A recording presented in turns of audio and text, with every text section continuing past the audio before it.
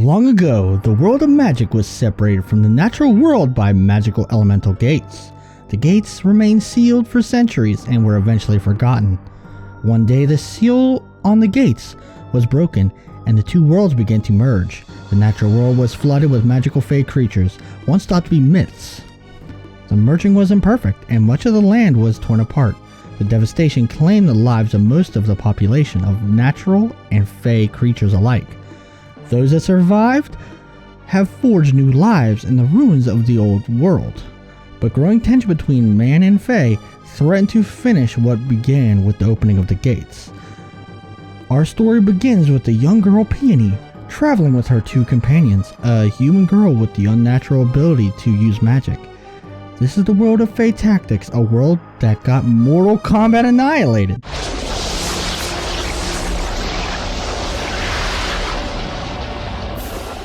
That's the world Peony, our protagonist, comes from.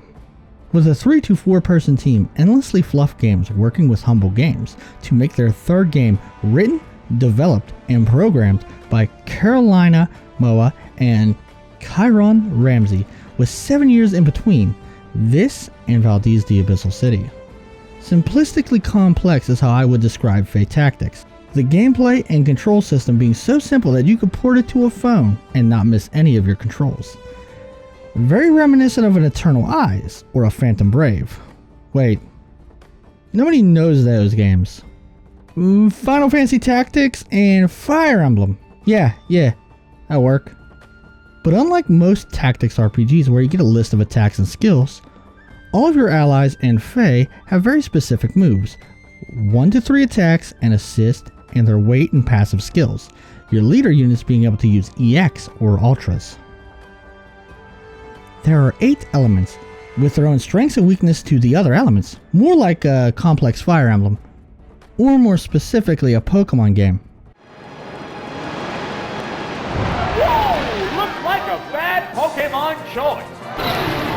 Wow! Take it down with one hit! But with the convenience of a single button press, allowing you to see the strengths and weaknesses of all elements. Now let's start with the assists. Water, healing and cleansing status effects. Fire, enchants with rage, increasing damage by 40% and your reaction and your counterattack by 20. Earth, giving you a magic barrier, which is a second health bar that's good for dealing with crits and for some members of your party even acting as a Master Chief style shield. Wind, increasing your movement range and making your turn come faster. Ice, increasing defense and reducing crit damage. Arcane, which will turn you invisible, being untargetable but still hittable. Electric, dance, giving you the ability to dodge ranged attacks, and is considered one of the more powerful elements in the game. It counters most of the elements that you'll encounter throughout the game. And because of this, it does one of my favorite things in RPGs and RPG tactics style games. It's heavily based on your team composition, switching in and out people you need for the battle.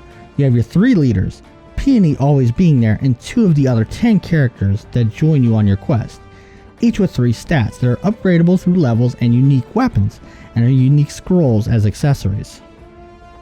Chico, being the loyal doggo that he is one of the most versatile allies you get.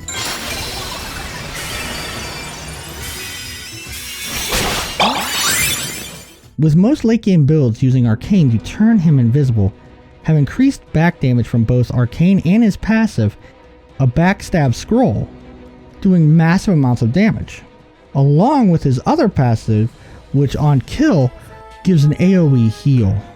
Early game builds, giving a health buff and giving him high reaction, he will defend your entire party while returning damage back to enemy Fae. Pio-chan being one of the better support characters, using a teamwork scroll, increasing the AoE of any assist. Pio-chan's being healing, of course. Pio-chan also having an aura that increases the magic barrier of him and everyone around him. And his attack naturally being able to decrease defense on enemies.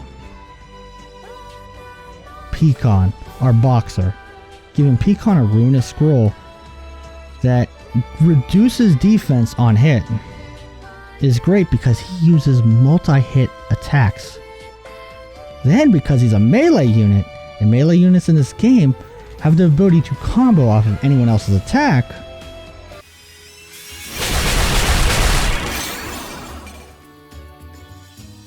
late game becoming your speed tank, doing his best Naked Dunband impersonation. Is that it?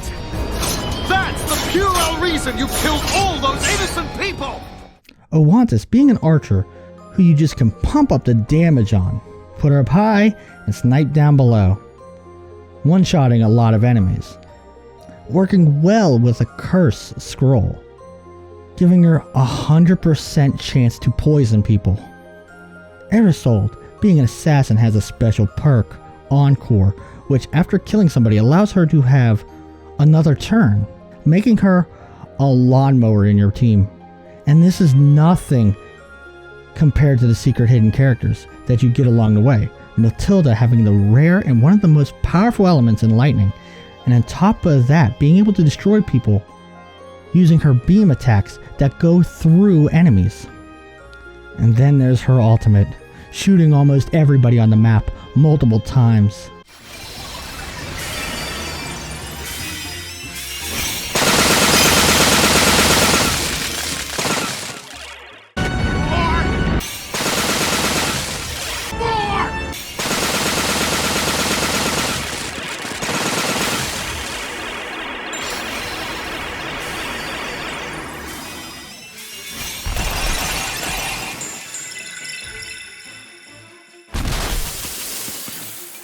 And like the strategy with Pecan,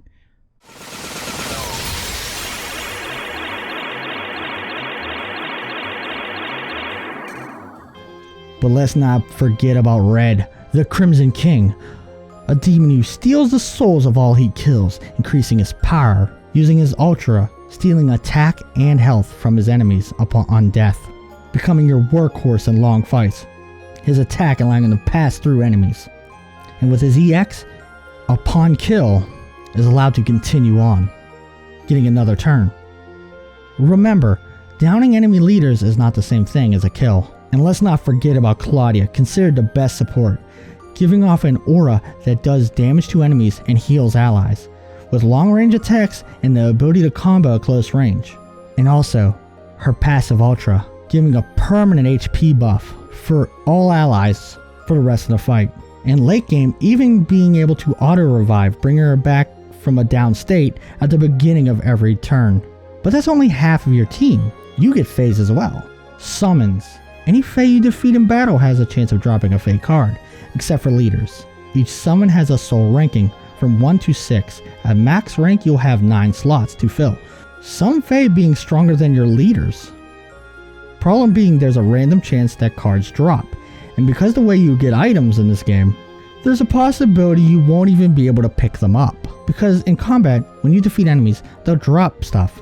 From blue and red berries, Fae cards, materials, which you can use to upgrade equipment, like your bike for reaching different locations, your belt, which you use to summon the more powerful Fae, even defense upgrades, spell upgrades, and a sensor to find equipment on the map. It's a very simple system, but very important. Everything left on the floor you don't get, and that includes important things like scrolls and spells. Peony, being a witch, has the ability to cast spells, 1 per round, but so do the enemy leaders. Early game spells are used for rounding out your party. Like you don't have a healer, get a healing spell. Need a buff, don't have a fire unit, take a damage buff. But for the harder battles, using max HP and MP buffs can be massive, but that's not including destructive damage spells and debuffs like Acid Rain that would minus defense to everyone else on the map. Root spells can be the most devastating thing you can use. With all of these tools at your disposal, it leads to insane high-level tactics. For some of the boss battles which have extreme damage, you can increase your max HP, like the Claudia passive, using her Mother's Kiss, granting everybody a cleanse and more importantly higher max HP.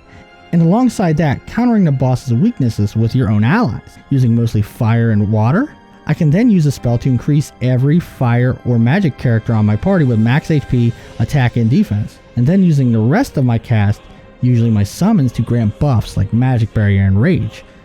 Then when I got to New Game Plus, I found a new strategy with Peony. I'm using the Earth Hammer to blow enemies off the map, permanently killing anyone that can't fly. This is something that can happen even with traps, and some summons have these built into their kits. Peony, on her search for her mother, has her bike break down outside of a small town, slowly learning about the Fae and people's views on magic. Which is why most witches wear masks to hide their identity, be it good or for evil, so they can hide and have a normal life. Fae aren't monsters, no matter what some humans believe. They are thinking, feeling creatures with their own ways of thinking, religion, and ways of life.